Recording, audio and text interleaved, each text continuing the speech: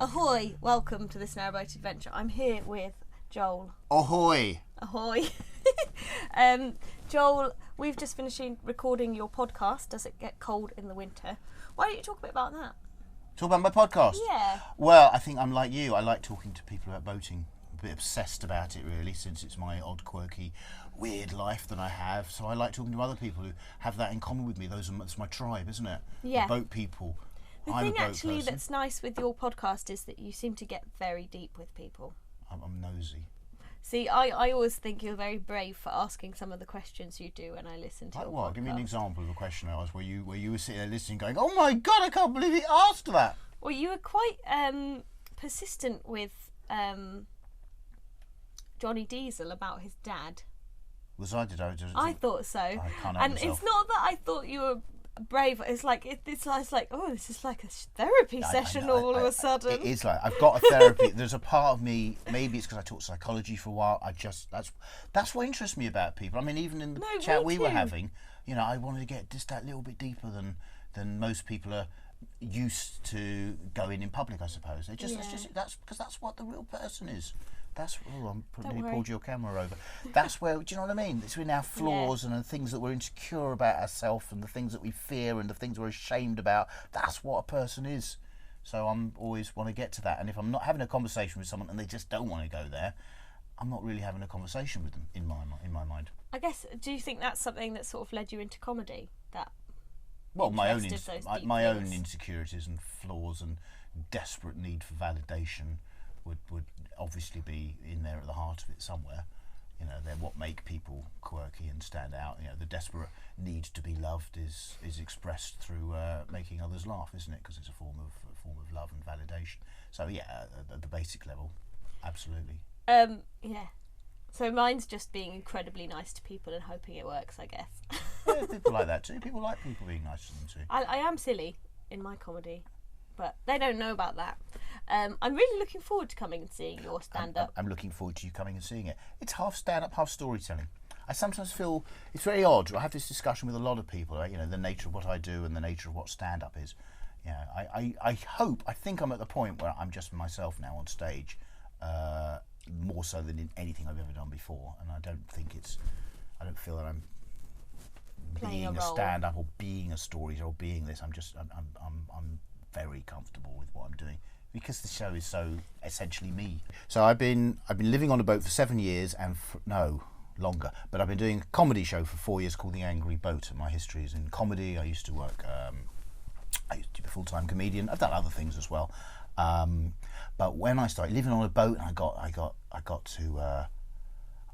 good at it. I got experienced at it. It became my thing. I decided I'm going to do a show about this. There isn't. What are these shows about boating out there? There are very few. There's a couple who are not in the comedy world.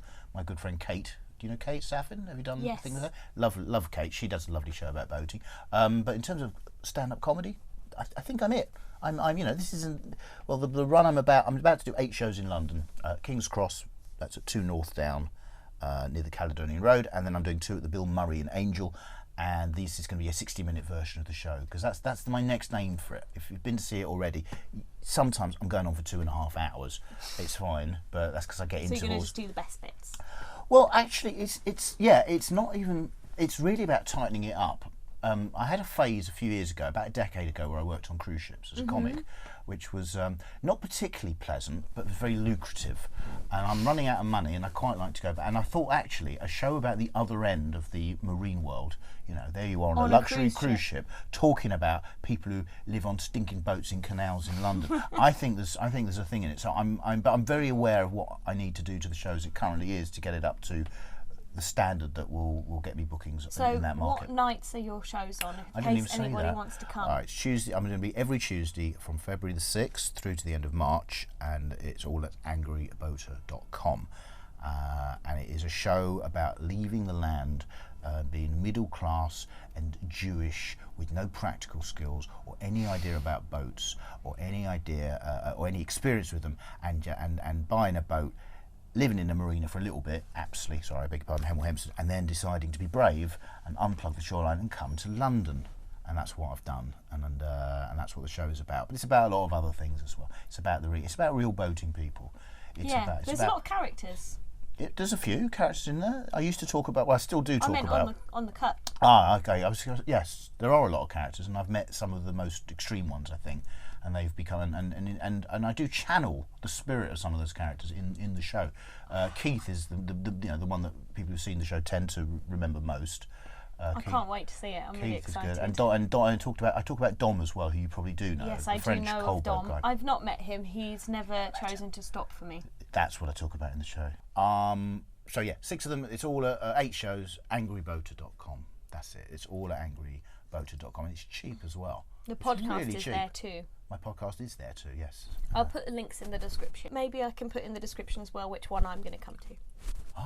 And then people can come and sit with me. That'd be nice. We'll all enjoy it together. You'll be like the Queen Bee gathering me an audience. I like the sound of this. People sometimes think they're going to be screamed at. They're not. I mean, sometimes I'm really calm throughout the whole thing, but you know, anger has many forms, right? Anger has many forms. Passive aggression, for example. You know, there is out and out rage.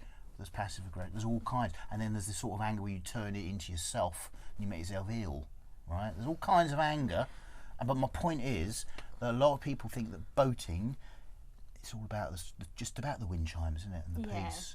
The serenity and the calm, and the lovely little pretty boats, and the tram lines, and painting your boat, touching it up, and it's not. It's about that. You live on a boat full time. It's not really about that. So it's about the realities of what it is to be on a boat. Now, I've definitely found some anger in boating. What made you most angry, or what makes you most? Well, I caught someone stealing my watering can off the roof, and that made me very angry. What? Describe this person who was stealing it, and how did they react when you confronted them? So I came out of the boat and I saw her hands on the watering can, leaning over my roof, taking it off. This is a woman thief. Yes. Was she a boater? No, she looked to me, by all of my assumptions from what happened subsequently, was a Spanish or Italian tourist, young, about 20s. Yeah, 20. Right, let's do a bit of role play. I'll be. So I came out. You be you. I'll be her. So let's pretend this is the watering can. So you're literally coming out. I'm looking around. What the hell do you think you're doing? Get your hands off my watering can! This is my boat! This is not yours! Put it back! Just leave. She puts it back, and then she was like trying to put it back where she'd taken it from, and I was like, just leave it! Like, I went 0 to 60 in like 10 seconds. But it was in Camden, where there's that bench of drunk guys that shout at people all day. Which bit of Camden's this? The 7-day visitor mooring, just when you come out of... the bench is ruined. I used to be able to moor there. It was nice. I haven't been there for 45 years now. So yeah, well, when I came out, and so I suddenly, because I'd very much tunnel vision, and then suddenly the rest of the world came in. The people who I was with were there. I was embarrassed. The lady in the boat next door came out and she was like, "Are you okay?" And the drunks started joining in. These boats are not for tourists, they're people's homes. This is the drunks now. So they're coming to your aid. Oh, you know your life's. You know, you made some decisions that need to be questioned in life when it's the drunks on the Camden benches who are in your corner. You know what I mean? Oh, well, you know, you reevaluate your life choices when things like that happen. Yes. This is your tribe now. These are your people now. Yeah, and one thing I used when the first year we were on a boat, I would sit on my roof, because we did stay in London for the first summer. I'd sit on my roof with a cup of tea, and if I saw tourists getting on someone's boat, I'd shout at them. It was just I took joy in it though. It was a bit angry, but also a bit of fun. So yeah. Mock anger. You're doing mock anger. Yeah. Oi, is that your boat? Well, you better get off then. I just kind of enjoyed it. I don't know why. And you become Cockney. For some reason, for you, Cockney and angry. East London dialect is associated with anger. My boyfriend refers to it as my inner fishwife coming out. It's good. I like that expression. I would love to hear about who your favourite guests on your podcast have been, other than me, of course. Oh my gosh. My favourite guests on the podcast. I don't know, because and if I was to start naming people, it implies that the others that I've interviewed were not my favourite. Well, I like talking to people. I've heard it's been different things from different people, and I know I seldom listen back to them because I don't edit them. I just put them out as they are. You've had John Hill on, haven't you? John Hill came to do some work on my boat. and was brilliant. And we went out for a pizza after, and then I just asked him. I was like, well, why don't we come back to the boat and do the podcast? He said, okay. And so we had a very nice chat. I don't think I even listened back to it. I remember it being a fantastic conversation. But he told me to say hi to you, by the way. I like John Hill. He's good. He's really skilled. The thing is, I think that there are lots of very funny things that happen on boats. So I'm interested to see which ones you choose to talk about. I try not to go for the obvious. You know, when I first started doing the show 4 years ago, do you know the question people ask me most? Is it about? And guess what? Toilets. Exactly. So it isn't. Well, the toilets aren't that funny. No, I do mention them a little bit, but not much. It's really not, you know. And only recently have I started including it, mainly because more and more non-boaters have started coming, and for them, you've kind of got to. Because the thing that non-boaters just don't understand about our life is that we are run by, number one, how much water is in the fresh water tank, and number two, how much space is in the toilet tank or cassette or whatever it is. And that's the thing you've got to, because I'm getting more non-boaters, you've got to establish that as in people's mindset very early on, or otherwise a lot of the way you're behaving and the things you're talking about kind of don't make sense without that context. But once you understand that, and I'm just remembering now, and I've been remembering it because this happened in King's Cross, but a couple of years ago I bumped into some old friends of mine. I hadn't seen them for years. Well, two of them were friends of mine and two were their friends. So there were four of them, and I happened to have the boat round the corner. I invited them for a cup of tea. The first thing they did when they came on, before we do anything, I'll sit down. Which way's the toilet? And my heart sank. I'm like, I'm going to have to leave my mooring early because of you four now, because you're going to, do you know what I mean? And yeah. It's just, and people without boats, they just wouldn't understand that. There's a part of me just wanted to say, have you any idea of the amount of stress and inconvenience that your inability to control your bladder or even asked to use the one in the pub before we got here has caused me? And of course the answer is no, they would have no context. Yeah. Which is why I'm doing the show, to educate the non-boaters of the world. Yeah. So that they don't come and visit you on your boat and ask to use your toilet. That's really what this is all about. That's a problem we've been having a bit with my comedy night. Like, all the boaters come knowing that they're not going to go, and then everyone else is like, where can we go to the loo? And I'm like, yeah, you saw that sign that said. You saw that sign that said "Bring your own bottle." Yeah, it was. We meant an empty bottle. Yeah. That's awful. It's a line from the show. I like it. Yeah. I'm really excited. So, you don't always stay in London. No, I come for the winter. My original thinking was that in the winter, London would be safer, calmer, quieter, and there'd be more space because all the thousands of boaters around the country who like to cruise in the summer months would leave their little moorings and their little marinas, and they come to London for their summer trips. They'd go back to their marinas and their moorings in the winter, and there would be space for other people. And so I figured, well, if I'm here in the winter, that's a good time for me to escape. It doesn't seem to work that way. Even though I'm never here in the summer, when I come in on the train and I walk down the canal, it always actually now seems to be quieter in the everybody else summer. has got the same idea as you, because we leave during the summer as well. Yes, and all these people who moan in their marinas saying, "Oh, but we can't get into London." Well, guess what? The reason you don't come into London, it's not because there isn't space, because you actually don't want to. Yeah. That's the reality. You don't want to come. Stop moaning about there being no space in London unless you're actually going to physically come into London. And there'll be somebody probably watching this going, "Well, I come into London." Yeah, but you're the exception, aren't you? Most people in marinas, they stay in their marina forever because that's what they want to do, because they're terrified. They're terrified to pull out that plug. Yeah. And work a lock on their own or whatever. Yeah, well, no, not me. You know, I'm a proper boater. You're not. Yeah, you might be, but your neighbours aren't. The other 50 people around you, they want to stay where they are, and that's how they like it. Because you're paying so much for those moorings. If I was paying £600 a month for a mooring, I wouldn't want to leave it for 2 weeks to come to London. It's like, what? I'm on the clock. I'm paying £600 for that mooring, and I'm stuck here in Little Venice without a plug. Well, also, there's so many other nice places to go in the cut. And so many other nice places where it's like completely empty and beautiful fields, and like we were talking earlier about Guildford mooring in a beautiful cow field. Like, I'd choose that any day. And the places I like best in London are always the ones that feel least like London. So why are you here in London right now? Well, what we tend to do is, for the really bad winter months which were predicted, we come and do the places that are easiest for travel. Okay.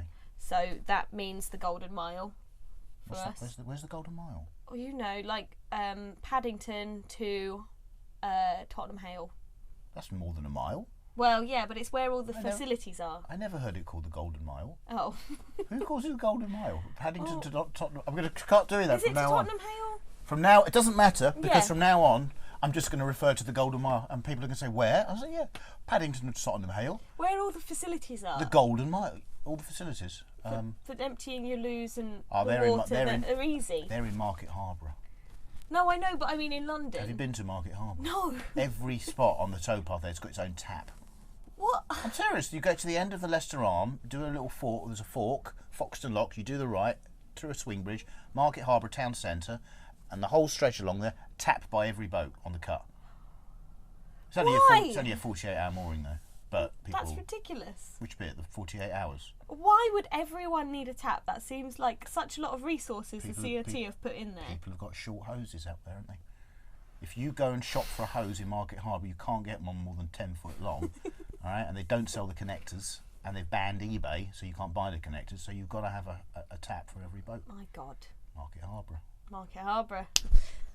Hello, it's me, editing Jasmin from the future. I'm afraid I ran out of battery at this point, so here I am from the future just to say goodbye to you all. Thank you so much for watching. If you'd like to come and join me in seeing the Angry Boater live, you can come to night of the show, and I will see you there. Thank you so much for watching. If you'd like to join us again, you can click subscribe down below. If you want to get a notification on Facebook, you can go over to This Narrowboat Adventure on Facebook. And of course, if you'd like to support me on Patreon, you're very welcome to. There'll be links in the description for everything down below, and I'll see you very soon. Thanks so much for watching. Bye!